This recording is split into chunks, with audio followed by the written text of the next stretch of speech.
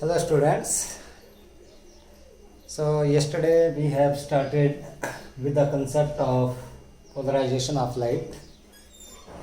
In that lecture we have studied about the unpolarized light, polarized light, then the experimental demonstration of polarization of light, law of Malus, application of the law of Malus, and the numericals related to the law of Malus. Now, today we will start with the polarization of light by scattering. Scattering का जो concept है हम लोगों ने ray optics में किया हुआ है. तो जब भी हमारे पास लाइट स्कैटर्ड होती है, what happens that the light obtained after the scattering that is also plane polarized light. देखेंगे हम लोग कैसे क्या होता है हमारे पास when the white light that is passed through a medium having the particles of size of the order of the wavelength of the light, then the light is scattered in the direction perpendicular to the direction of a incidence. Means हमारे पास जिस direction से आ रही है उसके perpendicular direction में light क्या हो जाएगी, आपके पास स्कैटर हो जाएगी.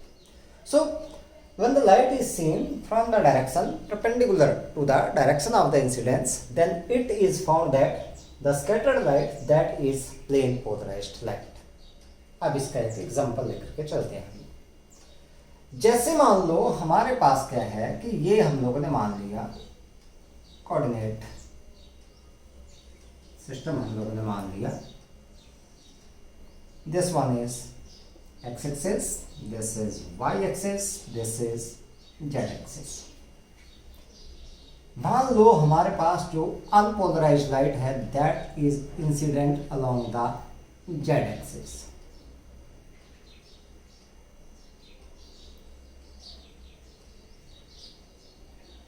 ये है unpolarised. As the light that is moving along the z direction, therefore it will not have any vibration along the z direction. So it have the vibrations in the xy plane.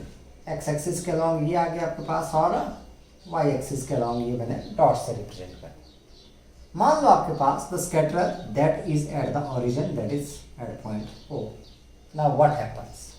That the scattered light that will lie in the xy plane. ये आ गया हमारे पास xy plane, ये वाला plane. ये actual में y axis ऐसे आती है, सामने को आती है, तो हमारे पास ये आ गया xy प्लेन, ये वाला प्लेन. ठीक है. अब क्या होगा due to the transverse nature of the light. देखो लाइट जब आ रही थी तो भाई आपके पास z एक्सिस की तरफ को तो कोई वाइब्रेशन थी ही नहीं, किसकी इलेक्ट्रिक वेक्टर की कोई भी वाइब्रेशन नहीं थी. अब क्या हुआ, यहाँ से कुछ लाइट चली गई किसकी साइड को, x डायरेक्शन में, और कुछ लाइट चली गई कौन सी डायरेक्शन में, y डायरेक्शन. अब x डायरेक्शन में जो गई, अब हमें पता है light is of transverse nature, therefore it can not have the vibration in the direction of the propagation. नहीं हो सकती है वाइब्रेशन हमारे पास उस डायरेक्शन. तो इसका मतलब उसके परपेंडिकुलर आएंगे, तो एक तो आएंगे इसके क्या, y एक्सिस इसके परपेंडिकुलर है, तो आगे क्या आपके पास parallel to y axis vibration. अब क्योंकि जो लाइट थी हमारे पास इंसिडेंट, उसमें z एक्सिस के अलॉन्ग तो वाइब्रेशंस थी ही नहीं, तो z कंपोनेंट यहाँ पर हो ही नहीं सकता है आपके पास. तो इसका मतलब यहाँ पर वाइब्रेशंस किसके अलॉन्ग आ गई, that is the parallel to the y axis. So when the light is seen from the x direction, then it contains the vibrations parallel to the y axis. अब देखते हैं जो y एक्सिस की तरफ हो गई लाइट, उसमें vibrations कैसे आएंगी, parallel to the x axis, इस तरीके से. क्योंकि y एक्सिस के अलॉन्ग हो नहीं सकती हैं due to the transverse nature. z axis के अलॉन्ग इंसिडेंट लाइट में ही नहीं थी, तो किसके अलॉन्ग बच गई हमारे पास, x एक्सिस के अलॉन्ग. तो ये जो लाइट है हमारे पास ये कौन सी आ गई, this is a plane polarized light. So in this way that the light is polarized by the scattering.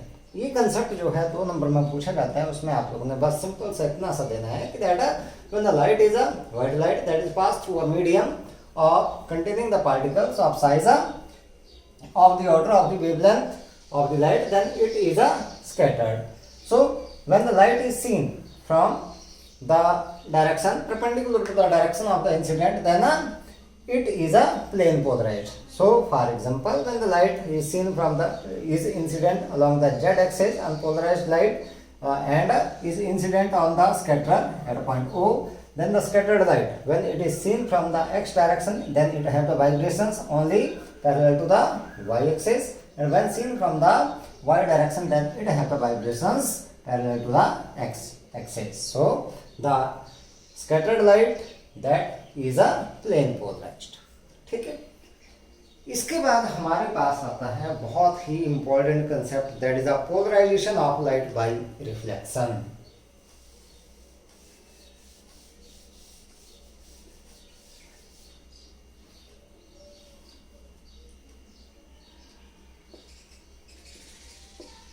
Polarization of light by reflection.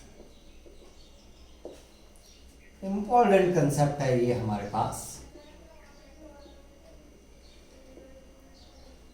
हम लोग यहाँ पर रिफ्लेक्शन जो है वो ऑपेक सरफेस से बात नहीं करेंगे. हम लोग यहाँ पर हम लोग रिफ्लेक्शन की बात करेंगे तो रिफ्लेक्शन करेंगे हम लोग कहाँ से?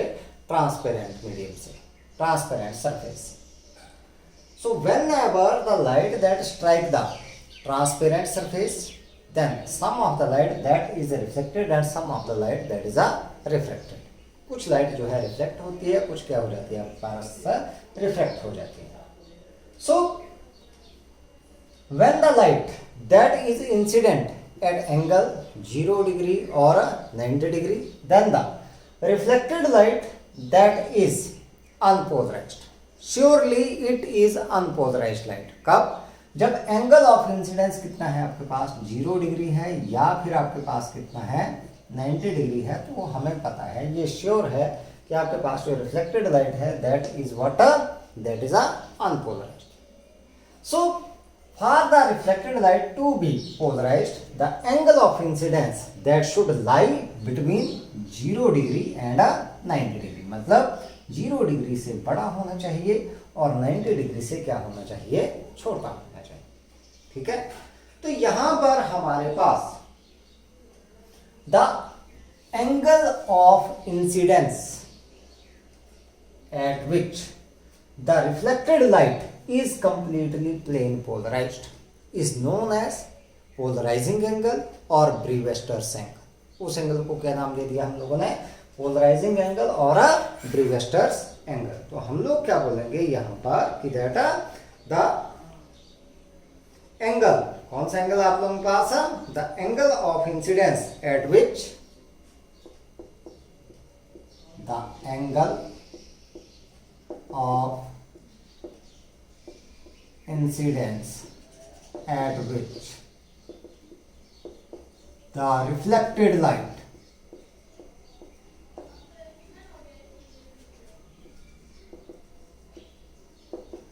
is completely plane polarized is called polarizing angle.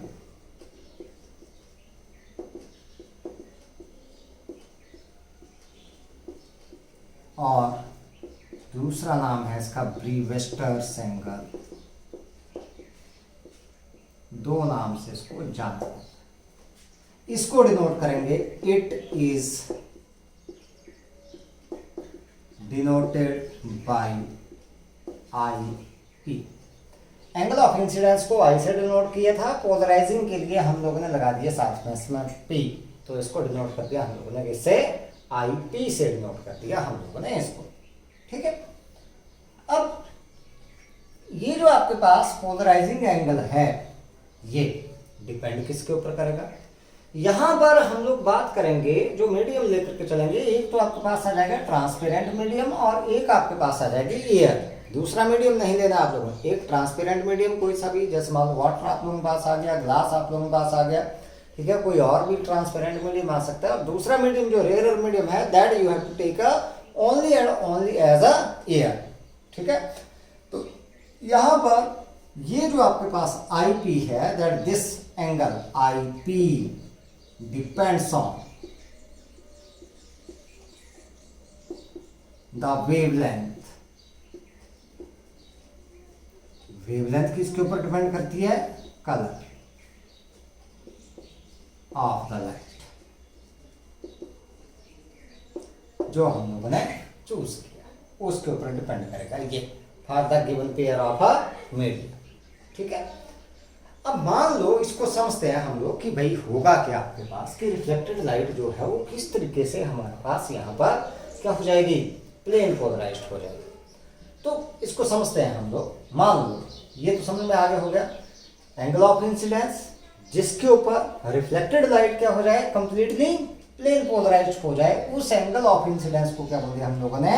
Polarising angle और ब्रेविस्टर्स एंगल बोल दिया, और उसको डिनोट कर दिया आईपी से। और ये आईपी किसके ऊपर डिपेंड करेगा?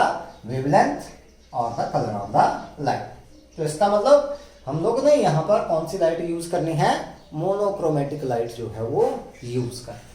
ठीक है, अब देखते हैं हम लोग इसी को समझते हैं, थोड़ा सा ध्यान से समझना थोड़ा सा। मान लो हमारे पास यहां पर क्या है कि दैट एक्स वाई, ये is the interface which separate here from a transparent medium, कोई डेंसर मीडियम है ऑफ रिफ्रैक्टिव इंडेक्स मी, ये हमारे पास सेपरेट करता है। एक अनपोलराइज्ड लाइट जो है हमारे पास दैट इज इंसिडेंट अलोंग ए ओ, इस डायरेक्शन में हमने क्या कर दिया? अनपोलराइज्ड लाइट जो है यहाँ पर इंसिडेंट कर दी यहाँ पर। ठीक है, उससे ज़्यादा ले लिया मैंने, ये मैंने क्या कर दिया? ए ओ, ये इंसिडेंट कर दी मैंने इस डायरेक्शन, इस तरह से। अनपोलराइज्ड है इसका मतलब वाइब्रेशंस आपके पास ऐसे आएंगी, वाइब्रेशन।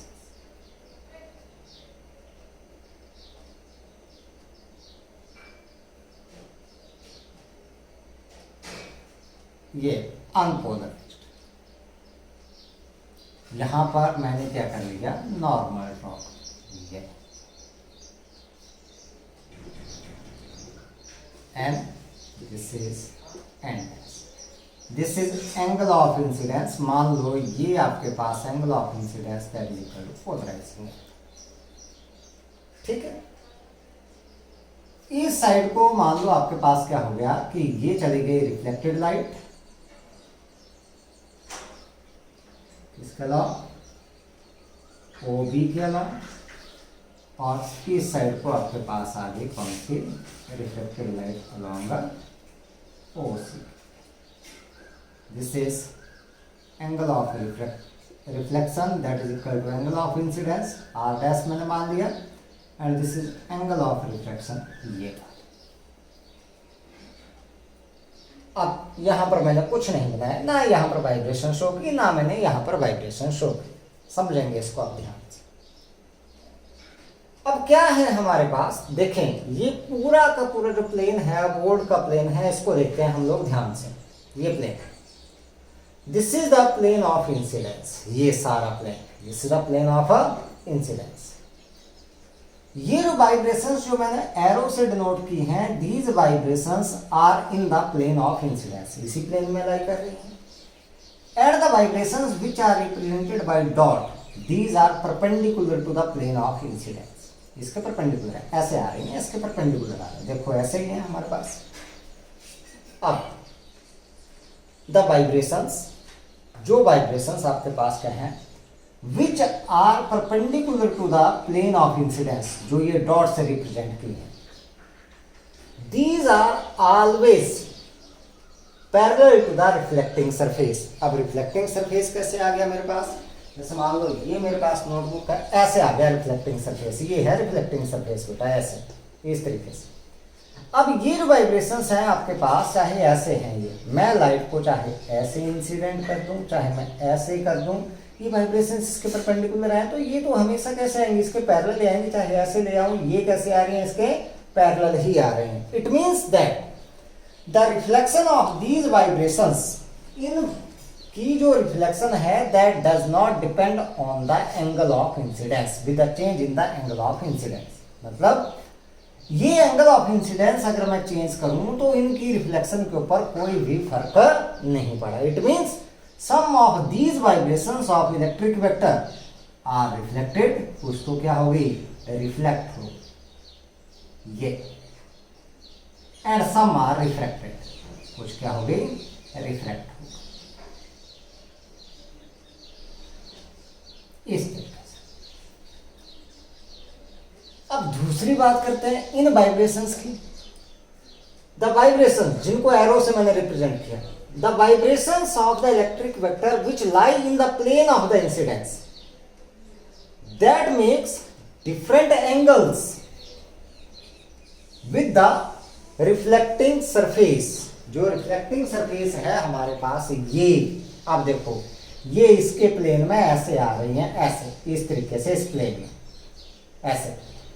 अगर मैं एंगल ऑफ इंसिडेंस ऐसे रखता हूं सीधा तो ये पैरेलल आ रही हैं, अगर मैं थोड़ा सा ऐसे कर देता हूं तो ऐसे बना रही हैं, ऐसे एंगल बना रही हैं। इसका मतलब that these vibrations that makes different angles for the different angles of incidence. It means that the conditions for their reflection that changes with the angle of incidence. इनकी कंडीशन जो है रिफ्लेक्शन की change हो रही है किसके साथ, with the change in the angle of incidence. तो होता क्या है यहाँ पर, when the light is incident at the polarizing angle, इस एंगल के ऊपर for the given pair of media, then all such vibrations are transmitted through this one interface. इस सरफेस के थ्रू क्या हो जाएंगी, ट्रांसमिट हो जाएंगे। Means all these vibrations are reflected. हम लोग ऐसा बोल सकते हैं not a single vibration is reflected, कोई भी वाइब्रेशन जो है वो रिफ्लेक्ट नहीं होगी। तो इसका मतलब सारी की सारी वाइब्रेशंस क्या हो गई, रिफ्लेक्ट हो गई, यहां पर आ गई है। तो कोई भी रिफ्लेक्ट नहीं हुई, इसका मतलब यहां तो आपके पास आ गई अनपोलराइज्ड लाइट। जो रिफ्लेक्टेड लाइट है that is unpolarised light, and reflected light that contains the vibrations only in the plane perpendicular to the plane of the incidence. It means that the reflected light that is polarized in a direction perpendicular to the plane of incidence. इसमें क्या हो गई, ये polarized हो गई. So this is the polarization of light by reflection. ठीक है, इसी के बेसिस के ऊपर अब हमारे पास क्या दिया गया है, ब्रीवेस्टर्स लॉ। तो ब्रीवेस्टर्स लॉ देखते हैं हम लोग क्या बोलता है। ठीक है, उसी को करेंगे हम लोग, और उसी को हम लोगों ने प्रूव करना है यहाँ पर, ब्रीवेस्टर्स लॉ। ठीक है, देखते हैं हम लोग ब्रीवेस्टर्स लॉ। बहुत ही इंपॉर्टेंट लॉ है यहाँ पर, ब्रीवेस्टर्स लॉ।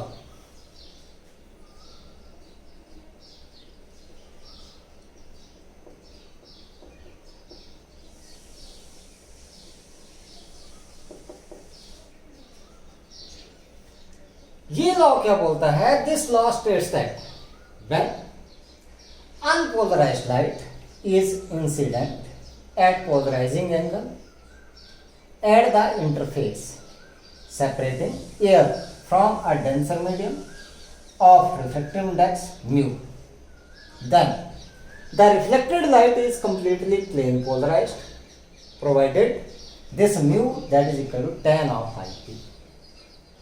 समझिए, एक बार लिखते हैं स्टेटमेंट को। इसमें क्या बोला गया कि data when unpolarized light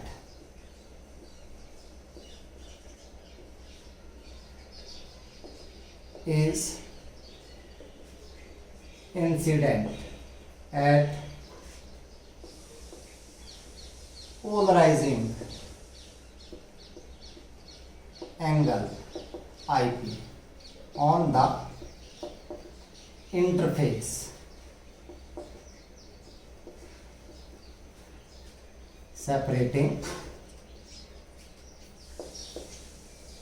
air, ध्यान दें यहां पर एयर ही आएगा, from a medium of refractive index mu, transparent medium है। Then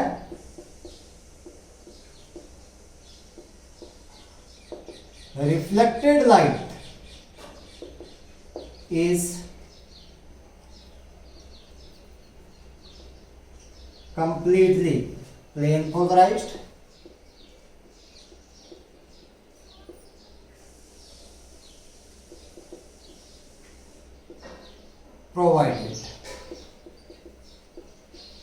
provided this mu is equal to tan of IP. This अब इसका लेना है हम लोगों ने प्रूफ।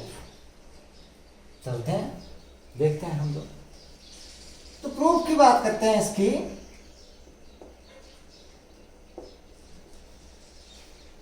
एक्सपेरिमेंट मान लो हमारे पास ये क्या है कि let beam of light, monochromatic beam of unpolarized light that is incident along AO at the interface XY which is separating air from a transparent denser medium of refractive index mu। ठीक है, यहाँ पर आपके पास है incident हो गई। ठीक है, the reflected light that is a completely plane polarized and it is represented along OB and the reflected light that is unpolarized and it is represented along OC। R dash that is the angle of reflection that is equal to IP and R that is the angle of reflection that is R। ये आपके पास angle of reflection आपके पास है। ठीक है, अब experimentally it is found that for the reflected light to be completely plane polarized. ध्यान से सुना इस बात को, एक्सपेरिमेंटली ये ऑब्जर्व किया गया है जब हमारे पास क्या होगा, ये जो रिफ्लेक्टेड लाइट है जब ये क्या होगी, कंप्लीटली प्लेन पोलराइज्ड होगी। For the reflected light to be completely plane polarized the reflected light and reflected light are perpendicular to each other. ये दोनों क्या आएंगी, एक दूसरे के परपेंडिकुलर आएंगी। कब, जब आपके पास क्या होगी, this reflected light is completely plane polarized. ये एक्सपेरिमेंटली हमारे पास ऑब्टेन। तो इसका मतलब एक्सपेरिमेंटली ये आया है, तो कंडीशन हम लोगों ने यहाँ पर लिख दी, मतलब लिख देनी है कि experimentally it is found that for the reflected light to be completely plane polarized the reflected light and refracted light are perpendicular to each other। therefore from the diagram this angle BOC is equal to 90 degree। ये BOC ये 90 degree आ गया। मैं इस angle को तोड़ देता हूं, तो मेरे पास आ गया angle BOY plus angle YOC is equal to 90 degree. भाई इन दोनों को BOY प्लस YOC। अब BOY को देखें, ये पूरा है यहाँ पर 90 डिग्री। मैं 90 में से R डैश माइनस कर देता हूँ, तो यही बचा हमारे पास। तो मैंने लिख दिया इसको 90 degree minus R dash plus ये 90 degree minus R is equal to 90। ये नॉर्मल है, तो 90 डिग्री में से ये माइनस कर दिए, तो यही बचा हमारे पास। 90 प्लस 90 180 डिग्री, माइनस साइन मैंने कॉमन ले लिया, R डैश प्लस R बच गया इज इक्वल टू 90। तो मेरे पास आ गया यहां से R dash plus R is equal to 90। ये अब क्योंकि R dash that is equal to IP, angle of reflection that is equal to angle of incidence, तो मैं क्या लिख सकता हूं that IP plus R is equal to 90। इसको दे दिया मैं नंबर 1। तो यहां से अगर मैं वैल्यू निकाल लूँ, किसी की भी वैल्यू निकाल लो, चाहे IP की निकाल लो, चाहे R की निकाल लो, तो R की वैल्यू निकाल लेता हूँ मैं, R that is equal to 90 degree minus IP। इसको दिया नंबर 2।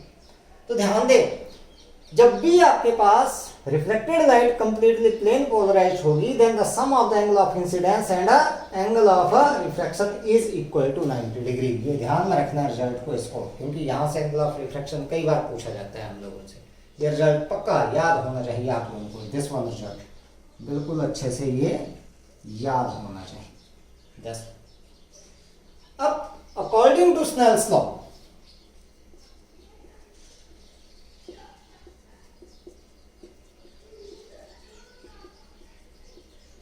स्नेल्स लॉ क्या बोलता है, that mu is equal to sine of I, I क्या है यहाँ पर I P upon sine of R. R की वैल्यू मैं यहाँ से ले रख दूं, 2 से क्या आ गई 90 डिग्री माइनस आई पी, तो मेरे पास आ गया mu that is equal to किसके बराबर sine of I P upon sine of R किसके बराबर है 90 degree minus I P. Sine 90 degree minus theta cos theta, तो mu that is equal to sine of I P upon cos of I, sine theta और cos theta tan theta, so mu that is equal to tan of I P. This is the proof. अब यहां से क्या होता है कि ये आ गया प्रूफ हमारे पास। कई बार कंडीशन पूछी जाती है that what are the conditions for the completely plane polarized light for the reflected light in case of the reflection. पहली कंडीशन आप लोगों ने देनी है, तो पहली कंडीशन लिखी हुई है नोट्स में, मैंने लिखी हुई है। सो कंडीशंस फॉर द, अगर देखें हम लोग यहाँ पर इसके लिए conditions for plane polarized reflected light देखते हैं। ये प्रूफ आ गया आपके पास, ये हो गया समझ में आ गया होगा सभी के लिए। अभी हम लोग इसका उल्टा भी चलेंगे थोड़ा सा, इसलिए मैं डायग्राम को नहीं हटा रहा हूँ यहाँ से, उसमें चलेंगे हम लोग। एक और क्वेश्चन करेंगे यहाँ से।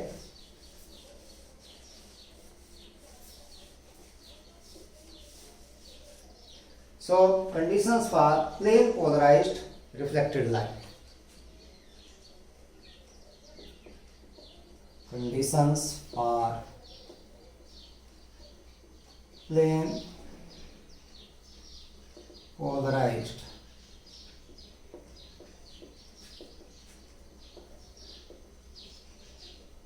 reflected light। ठीक है, इसमें पहली कंडीशन क्या है? पहली कंडीशन आपके पास the light should incident at polarizing angle.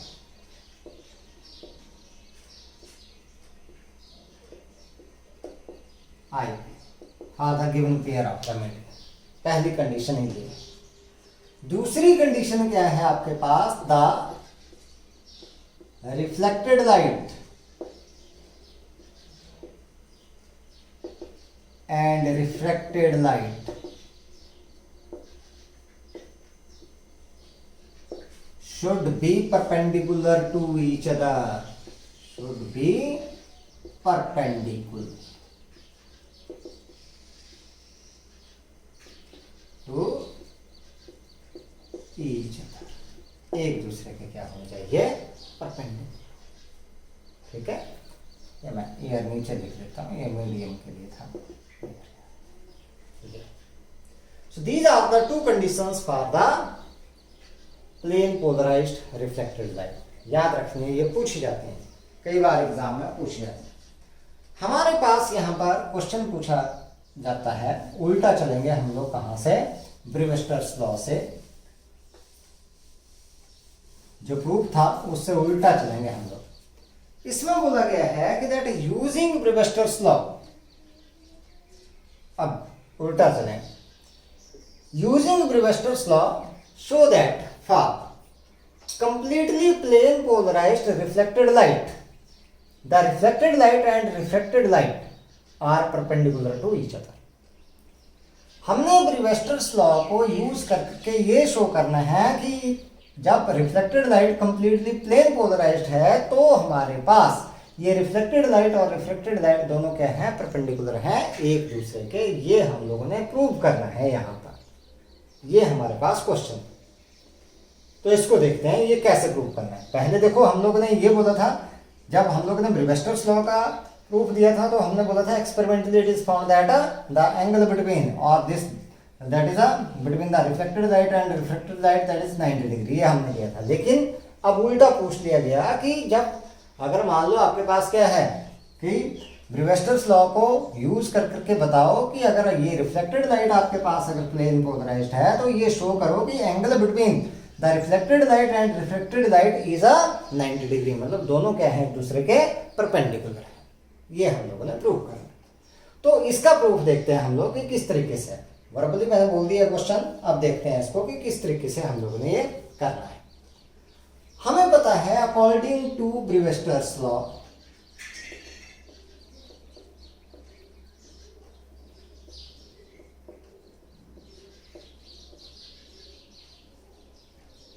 Mu is equal to tan of I P. यही है, मैं इसको थोड़ा सा लिख दूं। tan ऑफ आई पी मतलब sine of I P upon cos of I P number 1। मैं यहां पर स्नेल्स लॉ भी यूज करूंगा। According to Snell's law mu is equal to sine of I P upon sine of R, ये number. अब है तो भाई दोनों में रिफ्रैक्टिव इंडेक्स, तो हम लोग बोलेंगे फ्रॉम 1 and 2 दोनों से क्या है sine of I P upon cos of I P is equal to sine of I P upon sine of R. अब न्यूमरेटर बराबर है, डिनोमिनेटर अभी बराबर नहीं है हमारे पास, क्योंकि यहाँ पर कॉस है यहाँ पर साइन है। तो किसी एक को तोड़ दो दूसरे की टर्म में, मतलब 90 डिग्री माइनस करके लिख दो। तो मैं इसी को लिख देता हूँ, आप लोग इसको भी लिख सकते हो, कोई दिक्कत नहीं है। तो मैंने क्या कर दिया, यहाँ पर लिख दिया sine of I P upon sine of 90 degree minus I P. Sine of 90 degree minus I P cos of I P के बराबर आता है। That is equal to sine of I P upon sine of R. हो गई बात। अब ये बराबर है, इसका मतलब ये डिनोमिनेटर भी क्या है बराबर है हमारे पास, ये भी साइन है ये भी साइन है। इसका मतलब sine of 90 degree minus I P is equal to sine of R. So 90 degree minus I P is equal to R के बराबर।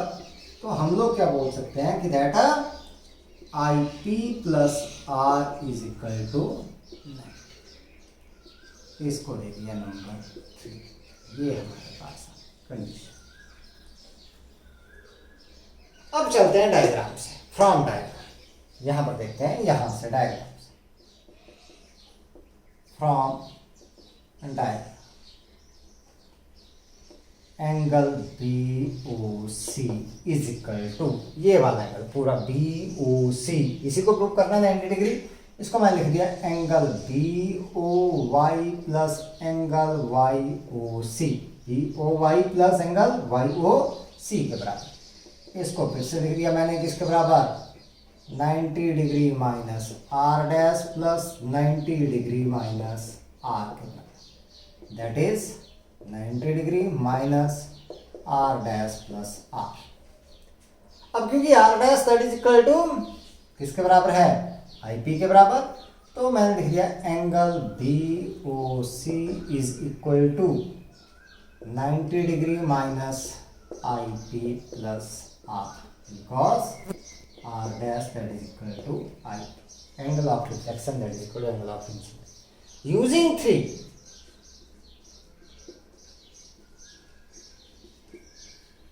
आई पी प्लस आर किसके बराबर है, तो सर ये आपके पास 90 डिग्री था बेटा, ये 90 degree plus 90 degree, this is 180 degree, this is also 180। ये समझ सकते 90 डिग्री प्लस 90 डिग्री 180 डिग्री, ये भी आपके पास कितना 180 डिग्री, 180 डिग्री। कर लें इसको थोड़ा सही। Using equation number this one 3, I P plus R, I P plus R that is equal to what, 90 degree. So this angle BOC that is equal to 180 degree minus 90 degree. 180 degree minus 90 degree. So angle BOC 180 degree minus 90 that is 90 degree. बस यही prove करना था। That is angle in दोनों के बीच का कितना आ गया 90 डिग्री। इसका मतलब reflected and refracted light are perpendicular to each other. ठीक है, ये यहाँ पर करेक्शन कर ले, 90 प्लस 90 180 हो गया था, 90 लिख दिया गया था गलती से, तो ये आपके पास हो गया। तो इस तरीके से आप लोगों ने इसका प्रूफ देना। ठीक है, क्वेश्चंस करते हैं इससे रिलेटेड, लेकिन थोड़ा रुक करके करेंगे। हम लोग पहले बात करेंगे इसकी पोलराइड्स की बात करेंगे हम लोग कि पोलराइड्स एक्चुअल में होते क्या हैं, और इनके यूजेस की बात करेंगे। हम लोग थोड़ा सा समझेंगे, यूजेस को समझेंगे, और उसके बाद चलेंगे थोड़ा आगे।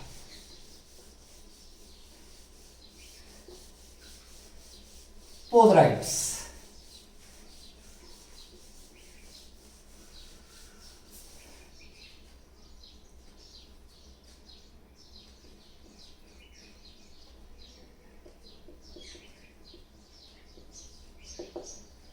पोलराइड्स क्या हो गए? Polaroids are the materials which polarizes the light. क्या हो गए? द मटेरियल्स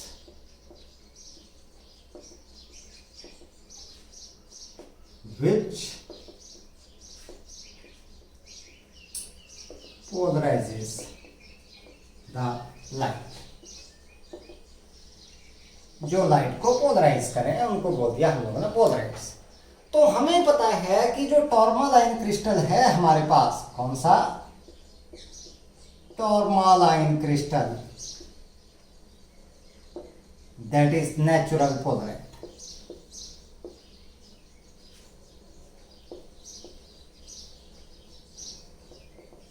सभी को पता है ये हमारे पास है नेचुरल पोलराइड। स्टार्टिंग में बात की थी हम लोगों ने इसकी, tourmaline crystal that is a natural Polaroid.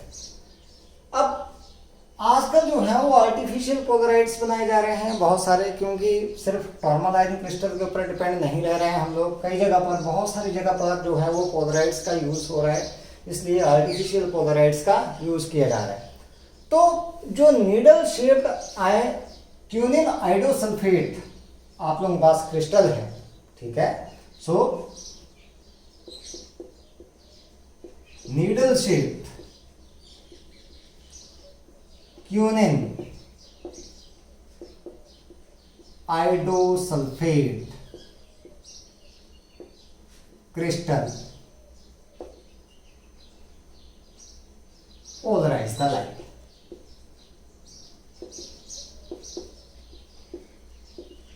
एक मेथड बता रहा हूं मैं आप लोगों को, ठीक है। नीडल ले ली किसकी? क्यूनिन आइडोसल्फेट के क्रिस्टल की। तो ये जो नीडल है ये भी क्या करती है आपके पास, ये लाइट को पोलराइज कर देती है। तो क्या किया जाता है कि that number of needles, such needles these are arranged parallel. इनको क्या किया जाता है? पैरेलल जो है वो अरेंज कर दिया जाता है between two transparent sheets of a plastic, such a plastic sheet that behave like as a polaroid. उस तरह की जो प्लास्टिक शीट आप लोगों के पास आएगी that behave like as a polaroid. तो इस तरीके से हमारे पास क्या है, आर्टिफिशियल जो है वो पोलराइड आजकल बनाए जा रहे हैं। और भी बहुत सारे तरीके हैं पोलराइड को बनाने। अब यूजेस की बात करते हैं कि यूजेस हम लोग समझेंगे कि भाई हमारे पास यूजेस क्या हैं इनके पोलराइड्स के। तो पोलराइड तो समझ में आ गया। पोलराइड क्या आ गए? वो मटेरियल जो लाइट को क्या करें, पोलराइज करें, उनको क्या बोल दिया? पोलराइड्स बोल दिया हम लोगों ने, ठीक है। तो यूजेस की बात करते हैं इनके। यूजेस बहुत सारे यूजेस हैं, अब समझेंगे हम लोग। पहली बात हमारे पास जो पोलराइड्स हैं, polaroids are used to avoid the glare of light. क्या कहते हैं? Avoid the glare of light. Glare of light मतलब शाइनिंग जो लाइट आती है, shining of light. Window pane है हमारे पास, सनलाइट आती है, जैसे हम लोग क्या करते हैं उसकी इंटेंसिटी को कम करने के लिए जो विंडो पैन होते हैं उनमें भी किसका यूज कर सकते हैं? पोलराइड्स का यूज कर सकते हैं। किसको? इंटेंसिटी को कम करने के लिए। तो उस तरीके से उस चमक को कम करने के लिए हम लोग जो इंटेंसिटी या ब्राइटनेस को कम करने के लिए, उस ग्लेयर को कम करने के लिए हम लोग किसका यूज करते हैं? पोलराइड्स का यूज करते हैं। दूसरी बात, to avoid the dazzling light,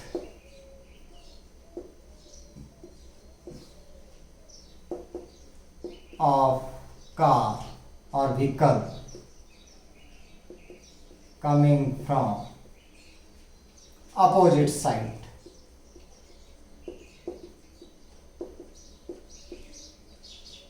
during इसको देखते हैं कैसे होता क्या है। हमारे पास गाड़ी आ गई, जैसे गाड़ी की बात करते हैं हम लोग, कार की बात कर लेते हैं। कार में जो विंडशील्ड है और जो कवर है किसका, हेडलाइट का, in both the windshield and the cover of the headlight the polaroids that are fitted, ये हमारे पास विंडशील्ड आ गई। जैसे मान लो ये मैं एक कार का मॉडल बना करके चलूँ, छोटा सा इस तरीके से, यहाँ पर विंडशील्ड हम लोग मान के चलते हैं।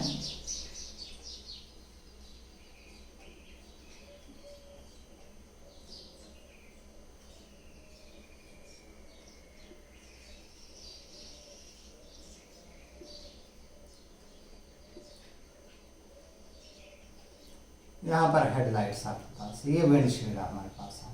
चलो छोड़ो इसको। तो होता क्या है हमारे पास कि जैसे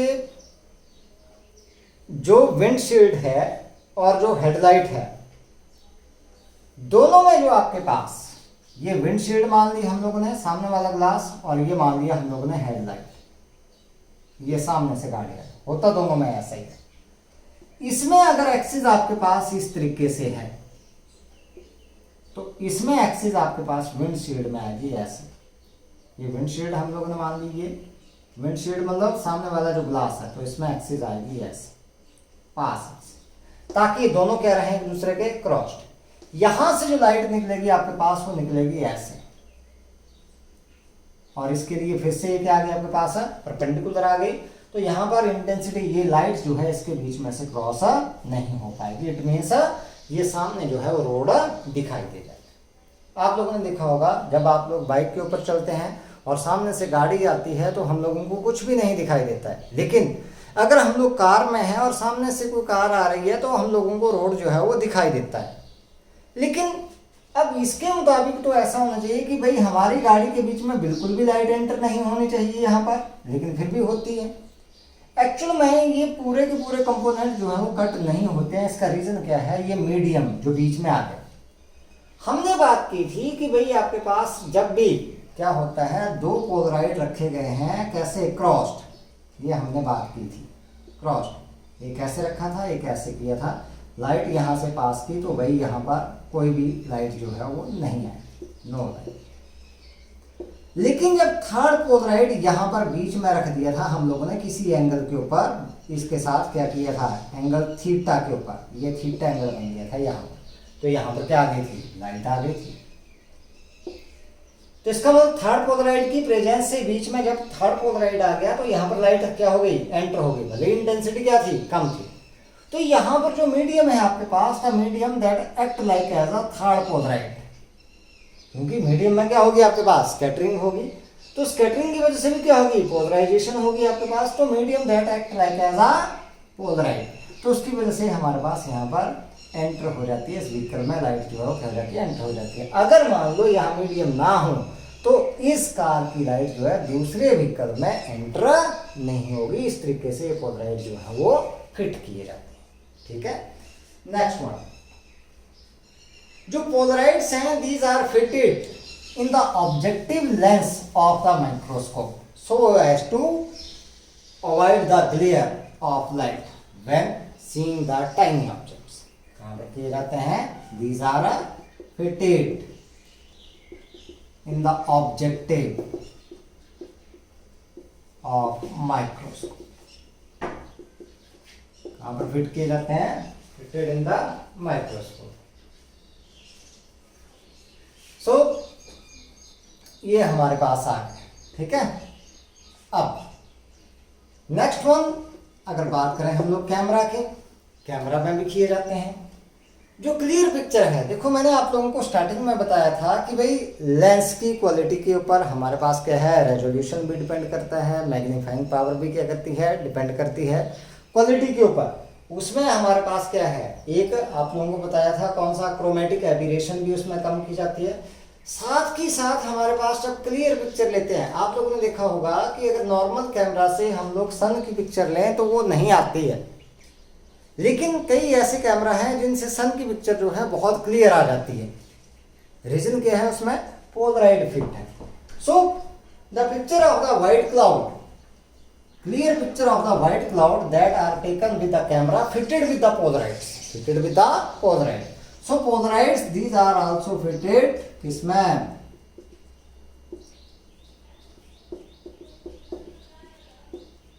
in front of camera, in front of lens,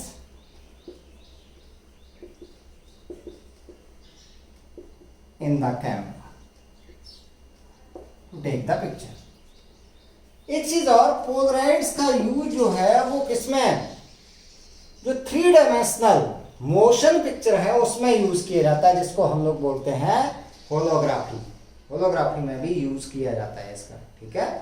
तो 3 डायमेंशनल जो आपके पास के आती हैं पिक्चर आती हैं, मोशन पिक्चर्स, उसमें यूज किया जाता है, ठीक है। और उसको बोलते हैं हम लोग, क्या चीज बोलते हैं उसको, that is known as a holography, ठीक है। Polaroids are used in a 3D motion pictures, 3 dimensional motion pictures,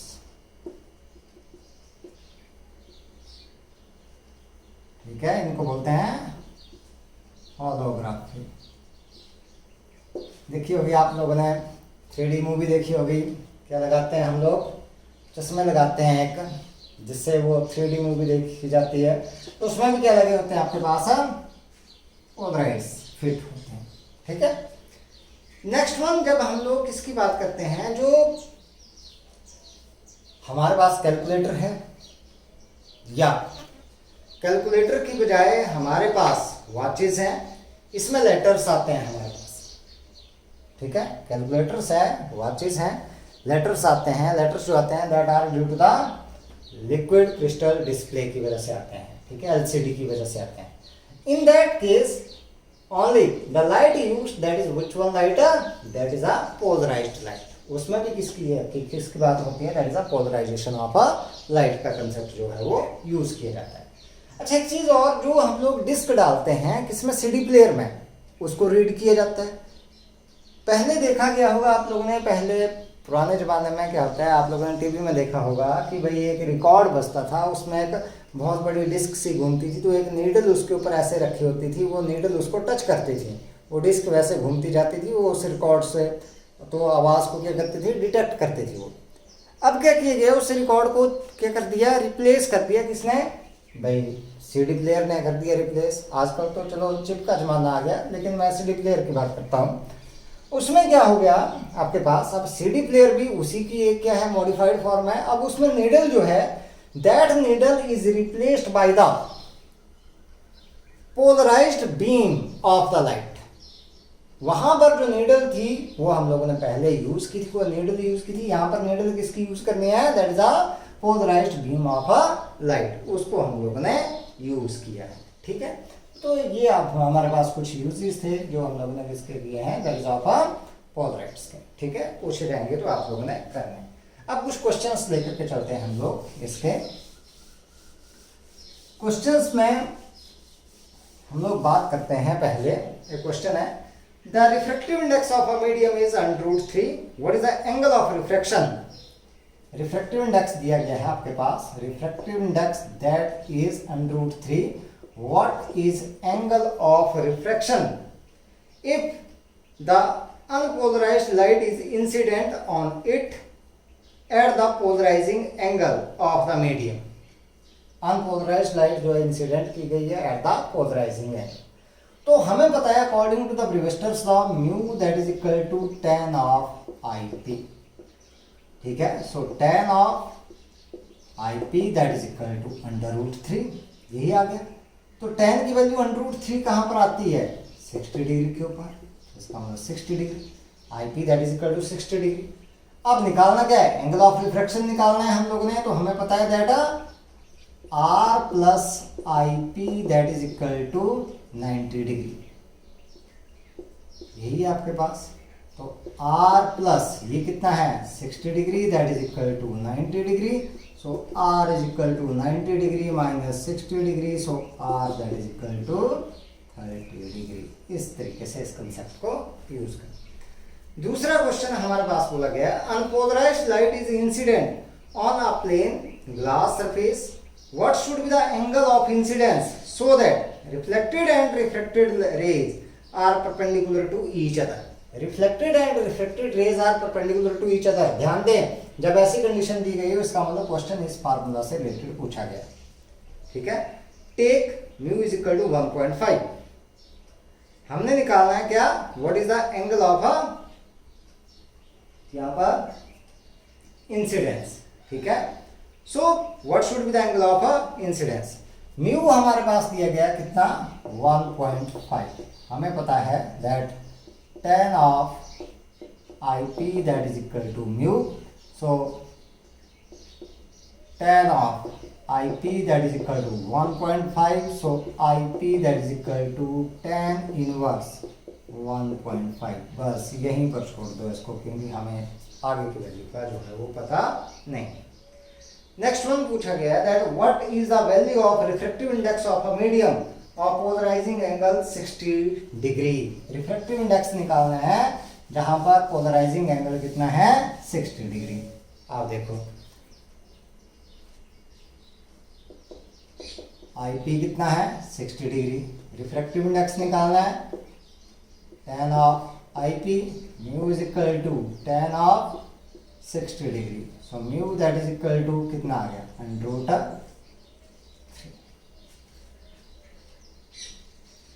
next one हम लोग बात करें तो एनसीईआरटी की एक्सरसाइज के क्वेश्चंस दिए गए हैं, उनको देखते हैं हम लोग. एनसीईआरटी की बुक के क्वेश्चंस, एक्सरसाइज की ही बात करते हैं हम लोग. दो क्वेश्चंस हैं इससे related.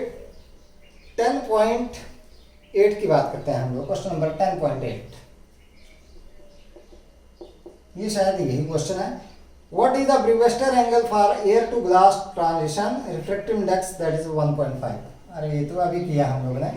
Refractive index 1.5. Angle of incidence निकालना है तो पता ही है tan of IP is equal to mu. So tan of IP is equal to 1.5. So IP is equal to tan inverse 1.5. यहीं पर छोड़ दो बेटा इसको. ठीक है. नेक्स्ट वन 10.9, इसको देखते हैं हम लोग. ये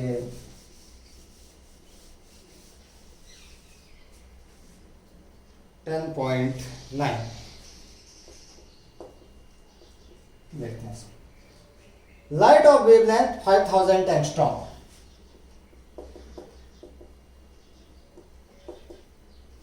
मतलब 5 into 10 raised power minus 7 falls on a plane reflecting surface. What are the wavelength and frequency of the reflected light?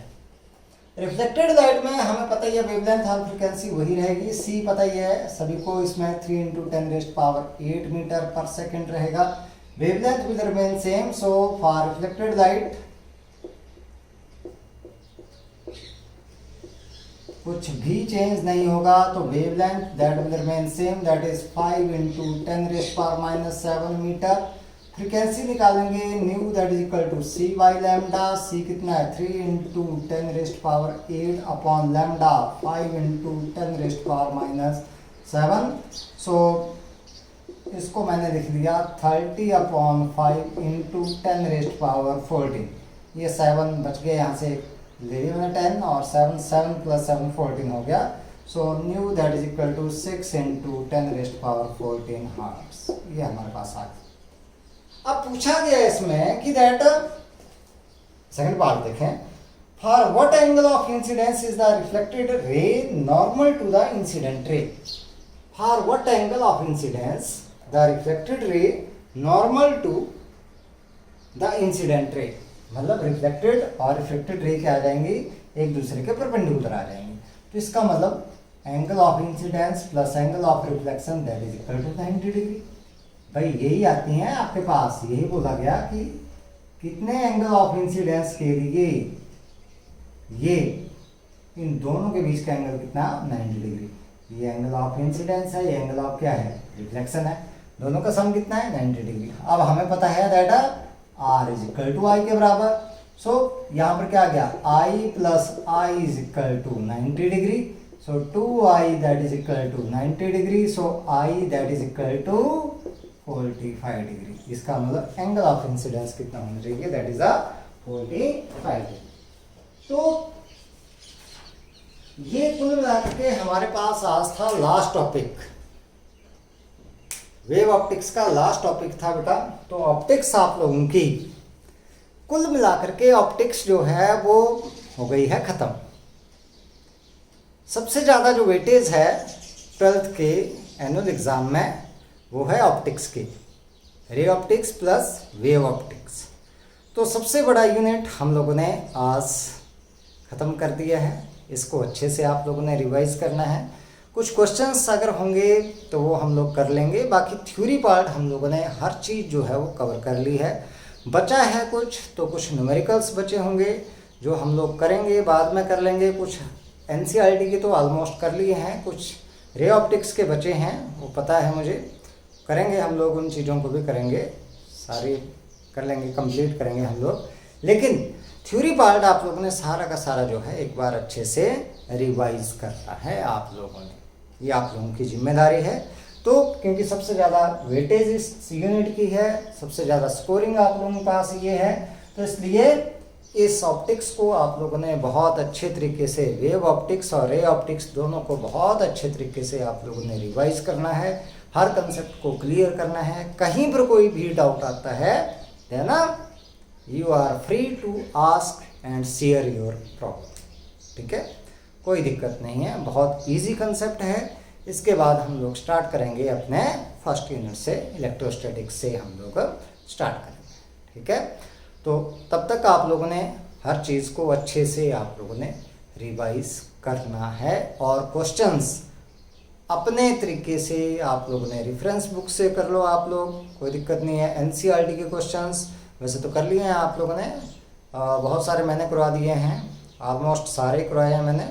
बाकी फिर भी आप लोगों ने एक्स्ट्रा बुक से जो क्वेश्चंस आप लोग कर सकते हो तो करने हैं, लेकिन अगर क्वेश्चन ना कर पाओ तो कंसेप्ट, थ्योरी और रीजनिंग जो मैंने करवा रखी है उसको बिल्कुल पक्का कर लेना आप लोगों ने। ऑन टिप्स आप लोगों को हर चीज़ें होनी चाहिए, तभी आप लोग आगे कर पाओगे, ठीक है। तो इतना ही आज के लिए। So all the best, thank you and have a nice day.